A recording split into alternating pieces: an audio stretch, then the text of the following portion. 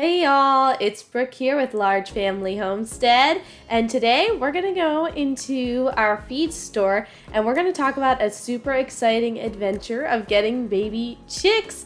So I'm going to walk you guys through and tell you guys exactly what you need to know before going into your feed store, buying your chicks, and buying all the supplies you need. First up, when you go in, you're probably super excited and want to go grab your baby chicks right away. So here's a couple things that you need to know before you go purchase them. They will have different breeds there depending on the store and the location and when they got their last delivery. So you'll definitely need to ask them about the specific breeds that they have there. And it's going to depend on what you're looking for. If you want egg layers, if you want birds for meat, if you want birds for both, if you want bantams, which is smaller breeds of chicken, if you want full size. So definitely make sure that you ask them about what breeds that they have. And then you'll also see that they normally have some that are straight runs, which means that the birds have not been sorted and you can get males or females in this batch. So normally you'll end up with some of both. And then pullets means that they've been sorted and that these are all females. So if you guys are looking for just an egg-laying flock and you're not looking to have a rooster or breed, you guys don't want to go with pullets, but just keep in mind that sometimes there can be mistakes and you may still end up with a rooster in your flock. Now that you've gotten your baby birds, you probably want to go grab all the supplies and stuff that you need. So we're talking about feeders, waters.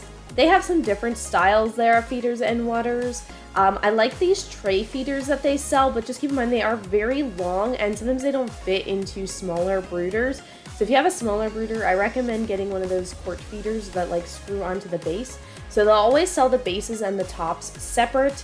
And so you just want to pick out a quart base and a quart top, and then the same for your water. Another thing that feed stores sell a lot of is electrolytes, and a lot of times I do recommend giving chicks electrolytes if you want to give them a nice healthy start. Normally I just make my own. I can drop the recipe that I use down below, but I also do like to keep some electrolytes on hand from like the feed stores and stuff, so I'm not rushing around to make them if I'm short on time. You'll also need some sort of bedding for your brooder. So ideally you could just use like paper towels or puppy pads in the bottom of your brooder for a while before moving them to pine shavings. I put my baby birds in with pine shavings from day one.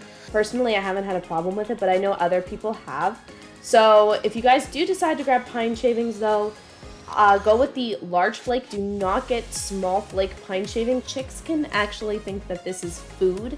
So you definitely want to go with the large flake if you decide to use pine shavings with your chicks. Another thing that you'll need is a way to keep them warm. A lot of feed stores will sell heat lamps in store, but personally this is not what I would recommend using because these are a fire hazard and I've heard of them also falling and killing chicks. I highly recommend a safer alternative called a heat plate.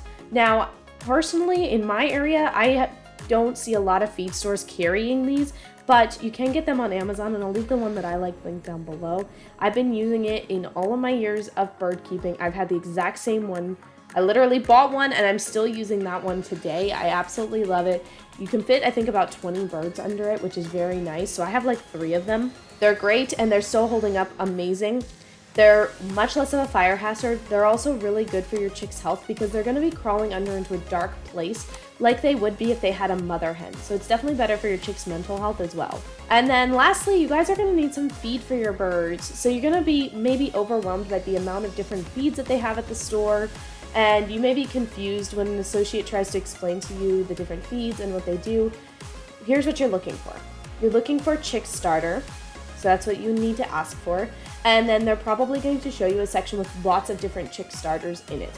So you can get all kinds of different ones. Some are better than others.